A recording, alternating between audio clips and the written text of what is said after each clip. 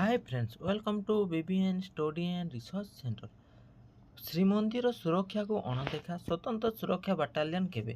ଦେଖନ୍ତୁ ଶ୍ରୀମନ୍ଦିର ସୁରକ୍ଷା ବା ଶ୍ରୀ ଜଗନ୍ନାଥ ଟେମ୍ପଲ ସୁରକ୍ଷା ପାଇଁ ଯେଉଁ ଗଠନ କରାଯାଇଥିଲା କେତେ 1119 ଭେକେନ୍ସି ତାହାର କ'ଣ ନୋଟିଫିକେସନ୍ ଅଲରେଡ଼ି ଆସିଯାଇଥିଲା, କିନ୍ତୁ ତାହାର ରିକ୍ରୁଟମେଣ୍ଟ ଏପର୍ଯ୍ୟନ୍ତ ଆସିପାରି ନାହିଁ।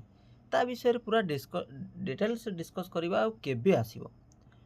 ପୁରୀ ଆହୁରି ସୁଦୃଢ଼ ହେବ ଶ୍ରୀମନ୍ଦିର ସୁରକ୍ଷା ବ୍ୟବସ୍ଥା ସଂକୀର୍ଣ୍ଣ ଭାବେ ଦାରୁଦିଆ ଦର୍ଶନ କରିପାରିବ। ଏଥିପାଇଁ ବଡ଼ ଦେଉଳ ମୁତୟନ ହେବେ ସ୍ୱତନ୍ତ୍ର ସୁରକ୍ଷା ବାଟାଲିୟନ ବା SSB ସ୍ପେଶାଲ ସିକ୍ୟୁରିଟି ବାଟାଲିୟନ।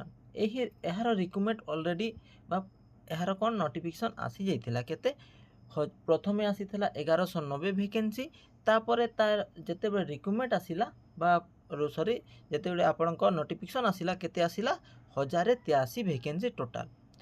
ସେଠି ଆପଣ କ'ଣ ରହିବେ ଗ୍ରୁପ୍ ଏ ପୋଷ୍ଟରୁ ନେଇକରି ଗ୍ରୁପ୍ ଡି ପର୍ଯ୍ୟନ୍ତ ଟୋଟାଲ କେତେ 1190 ଭେକେନ୍ସିରୁ କଟିକରି ତାହା କେତେ 1083 ଭେକେନ୍ସି ହେଇଯାଇଛି। କିନ୍ତୁ ଏହାର କେବେ ରିକ୍ରୁଟମେଣ୍ଟ ହେବ?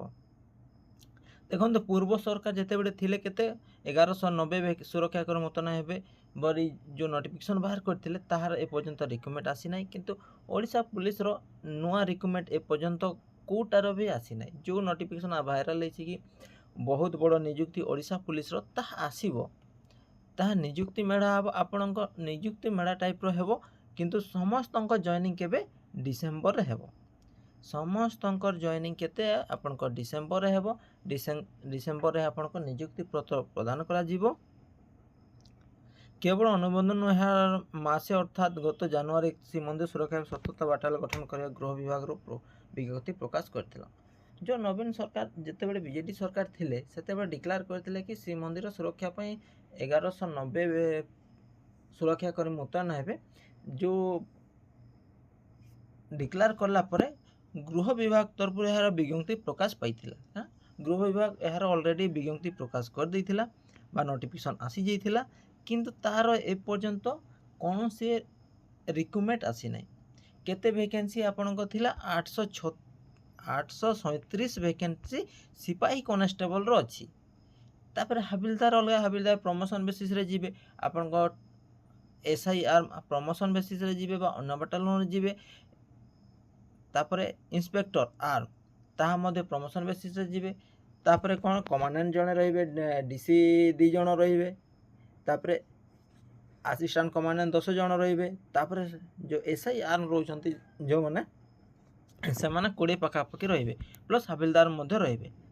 ତାପରେ ଏହାର ଇନଚାର୍ଜ କିଏ ହେବେ, କାହା ଅଣ୍ଡରରେ ଚାଲିବ, ଏହା ପୁରୀ SP ଅଣ୍ଡରରେ ଚାଲିବ।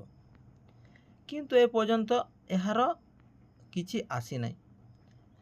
ପୂର୍ବ ସାଧାରଣ ଦିନ 60। ତାପରେ ଦେଖନ୍ତୁ ପ୍ରବଳ ଭିଡ଼ ଥିବା ସତ୍ତ୍ୱେ ଏହା ଯେଉଁ JT ଅଛନ୍ତି ଜଗନ୍ନାଥ ଟେମ୍ପଲ ପୁଲିସ JTP ଅଛନ୍ତି ତାଙ୍କ ଦ୍ୱାରା ସମ୍ଭବ ହେଉନି। ଏତେ ଭିଡ଼ ହେଉଥିବାରୁ ଏହା କଣ୍ଟ୍ରୋଲ କରିବାକୁ ସମ୍ଭବ ହେଉନି। ସେଥିପାଇଁ ଓଡ଼ିଶା ସରକାର ଚାହିଁଥିଲେ କି ଶ୍ରୀମନ୍ଦିର ସୁରକ୍ଷା ପାଇଁ ସ୍ପେଶାଲ ସିକ୍ୟୁରିଟି ବାଟାଲିୟନ ପ୍ରତିଷ୍ଠା କରିବା। ତା ପାଇଁ ଗୃହ ବିଭାଗ ପକ୍ଷରୁ ବିଜ୍ଞପ୍ତି ପ୍ରକାଶ ପାଇଥିଲା, କିନ୍ତୁ ଏପର୍ଯ୍ୟନ୍ତ ଆସିନାହିଁ। କିନ୍ତୁ ଏହା ବହୁତ ଶୀଘ୍ର ଆସିବ। କାହିଁକିନା ଦେଖନ୍ତୁ ଯେଉଁ ଗତକାଲି ମୁଁ ଭିଡ଼ିଓ ମାଧ୍ୟମରେ ଜଣାଇଥିଲି କି ସମସ୍ତେ ଭିଡ଼ିଓ ଛାଡ଼ୁଛନ୍ତି କି ନିଯୁକ୍ତି ମେଳା କ'ଣ ଓଡ଼ିଶା ପୁଲିସରେ ଏହା କେବେ ଆସିବ। ତ ଦେଖନ୍ତୁ ଏହା ଓଡ଼ିଶା ସରକାର ଗୋଟିଏ ନିଯୁକ୍ତି ମେଳା ଟାଇପ୍ର କରିବେ, ଯେଉଁଟା ଅଲରେଡ଼ି କେତେ 78,000 ପାଖାପାଖି 80,000 ରିକ୍ରୁଟମେଣ୍ଟ ଏଜେନ୍ସିକୁ ପଠା ହେଇଯାଇଛି। ମାନେ କେଉଁମାନେ ରିକ୍ରୁଟମେଣ୍ଟ କରିବେ ତାଙ୍କ ପାଇଁ 80,000 ଭେକେନ୍ସିର ଲିଷ୍ଟ ଅଲରେଡ଼ି ପଠା ହେଇଯାଇଛି। 80,000 ତ ନାହିଁ, 78 ନା 79,000 ପାଖାପାଖି ଭେକେନ୍ସିର ଲିଷ୍ଟ ପଠାଯାଇଛି। ସେଥିପାଇଁ ସବୁ ବିଭାଗ OSSC, OSSC, OPRB, Odisha police recruitment board ତ ସମସ୍ତଙ୍କ ପାଇଁ ଏହା ପଠାଯାଇଛି। ତାପରେ ଦେଖନ୍ତୁ ଓଡ଼ିଶା ପୁଲିସ ଏପର୍ଯ୍ୟନ୍ତ ଆସିନାହିଁ। କାହିଁକି ନା ସଦାବେଳେ ଦେଖିବେ ଥଣ୍ଡା ଟାଇମ୍ରେ ହିଁ ଓଡ଼ିଶା ପୁଲିସର ବିଜ୍ଞପ୍ତି ଆସେ ଏବଂ ଜଏନିଂ ଆପଣଙ୍କ ଥଣ୍ଡା ଟାଇମ୍ରେ ହିଁ ହେଇଥାଏ, ନଚେତ୍ ଆପଣଙ୍କ କେତେ ଜାନୁଆରୀ ୟା ଫେବୃଆରୀ ଟାଇମ୍ରେ ଜଏନିଂ ହେଇଥାଏ। ତ ଏହା ମଧ୍ୟ ଅପେକ୍ଷା କରନ୍ତୁ କି ବହୁତ ଶୀଘ୍ର ଏହାର ମଧ୍ୟ ରିକ୍ରୁଟମେଣ୍ଟ ଆସିଯିବ। ଅଲରେଡ଼ି ରିକ୍ୟୁଜେସନ୍ ଏଜେନ୍ସି ଯେଉଁମାନେ ଅଛନ୍ତି ତାଙ୍କ ପାଇଁ ପଠା ହେଇଯାଇଛି। ଏଥିପାଇଁ ପିଲାମାନେ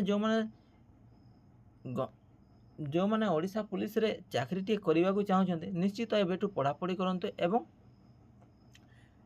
ରିଟେନ୍ କ୍ୱାଲିଫାଏ କରିବାକୁ ଚେଷ୍ଟା କରନ୍ତୁ। ଏବେ ରିଟେନ୍ ନହେଲେ ଆପଣ କିଛି କରିପାରିବେ ନାହିଁ, କାହିଁକିନା ଆଗରୁ ଆପଣଙ୍କ ଫିଜିକାଲ୍ ହେଉଥିଲା, ଅଲ୍ ଟୋଟାଲ୍ ଫିଜିକାଲ୍ ସାରିକରି ଆପଣଙ୍କ ରିଟିନ୍ ହେଉଥିଲା, କିନ୍ତୁ ଏବେ ଆପଣଙ୍କ ରିଟିନ୍ ହେବ, ଆଉ ରିଟିନ୍ରେ କ୍ୱାଲିଫାଏ କଲା ପରେ ହିଁ ଆପଣଙ୍କ ଫିଜିକାଲ୍ ହେବ। ଫିଜିକାଲ୍ ହେଲା ପରେ ଆପଣ ଡକୁମେଣ୍ଟସ୍ ଭେରିଫିକେସନ୍ ହେବ, ତାପରେ ଯାଇକରି ଜଏନିଂ ହେବ। ତ ଏବେ ଏହା ଆଉ ନାହିଁ। ତ ପିଲାମାନେ ପଢ଼ାପଢ଼ି କରନ୍ତୁ ଏବଂ ଏମିତି ସର୍ଟ ନୋଟିସ୍ ଗୁଡ଼ାକୁ ପାଇବାକୁ ହେଲେ ଆମ ଟେଲିଗ୍ରାମ ଚ୍ୟାନେଲ୍ ନିଶ୍ଚୟ ଜଏନ୍ କରିବେ। ଡେସ୍କ୍ରିପ୍ସନ୍ରେ ଲିଙ୍କ୍ ଦେଇଦେବି, ସେଠୁ ଆପଣ ଯାଇକି ଟେଲିଗ୍ରାମ ଚ୍ୟାନେଲ୍ରେ ଜଏନ୍ କଲା ପରେ ଏମିତି ସର୍ଟ ନୋଟିସ୍ ଗୁଡ଼ା ପ୍ଲସ୍ PDF ମଧ୍ୟ ପାଇପାରିବେ। ବିଜ୍ଞପ୍ତିର ପାଇବାର 6 ମାସ ଅଧିକ ହୋଇଗଲାଣି। ଇତିମଧ୍ୟରେ ରାଜ୍ୟ ସରକାର ମଧ୍ୟ ବଦଳି ହୋଇଗଲେ, କ୍ଷମତାକୁ ଆସିଛି ବିଜେପି ସରକାର। ହେଲେ ଶ୍ରୀମନ୍ଦିର ସୁରକ୍ଷା ପ୍ରତି ସରକାର ଯେଉଁ ଯୋଜନା କରିଥିଲେ ତାହା କାର୍ଯ୍ୟକାରୀ କରିବା ଦିଗରେ ତତ୍ପର ଦେଖା ନାହିଁ ବା ତତ୍ପରତା ଦେଖାଅ ନାହିଁ। ଶ୍ରୀମନ୍ଦିର ସୁରକ୍ଷା ପ୍ରତି ଏଭଳି ଅଣଦେଖା କରା ନଯାଇ ତୁରନ୍ତ ସୁରକ୍ଷା ବାଟାଲିୟନ ଗଠନ ହେବା ଦରକାର ବୋଲି ଶ୍ରଦ୍ଧାଳୁ ମତ ଦେଇଛନ୍ତି। ତ ଏହା ବହୁତ ଶୀଘ୍ର ଆସିବ। କ'ଣ ଆସିବ? ସ୍ୱତନ୍ତ୍ର ବା ସ୍ପେଶାଲ ସିକ୍ୟୁରିଟି ବାଟାଲିୟନ ପୁରୀ ପାଇଁ।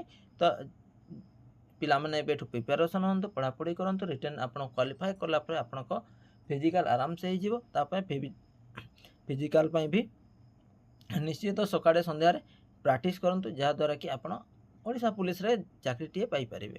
ଏହି ଇନଫର୍ମେସନ୍ଟି କେମିତି ଲାଗିଲା ନିଶ୍ଚିତ କମେଣ୍ଟ ମାଧ୍ୟମରେ ଜଣାଇବେ ଏବଂ ଭଲ ଲାଗିଥିଲେ ଚ୍ୟାନେଲକୁ ସବସ୍କ୍ରାଇବ୍ କରିବା ସହିତ ସାଙ୍ଗମାନଙ୍କ ସହିତ ସେୟାର କରିବେ।